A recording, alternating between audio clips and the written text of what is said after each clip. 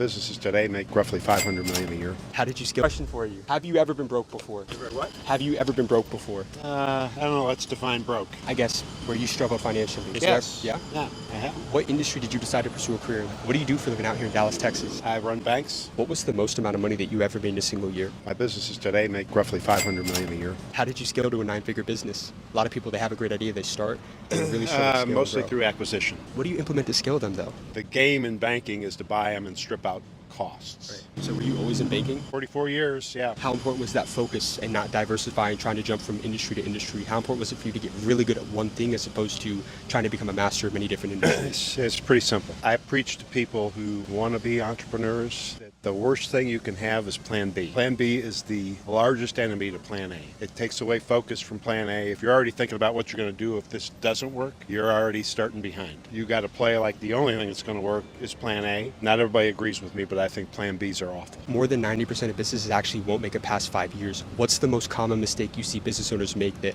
prevents it from scaling and having that kind of longevity? They don't understand cash flow. So a lot of businesses will grow fast and thinking they're successful, and they outstrip their capital. And when you outstrip your capital, it's hard to recover. It's understanding the financial side of the business is important. There is a big debate about whether people should borrow money to start businesses, trying to go get loans or borrow capital from banks. What's the best way to go about funding and starting businesses in today's world? Equity. And what do you break that Find down? investors. Find investors. But there's a risk there as well because then you're having to manage other people's wants for your company now. Would you agree with that? Or My belief is don't let any investor be too big or otherwise you're working for them. I've had a lot of guys who wanted to put a lot more money behind me and I'm not looking to work for you, I just want you to invest. So, How old are you now? I'm 67. You look incredible for 67. What's the secret to looking so young? Oh, wow.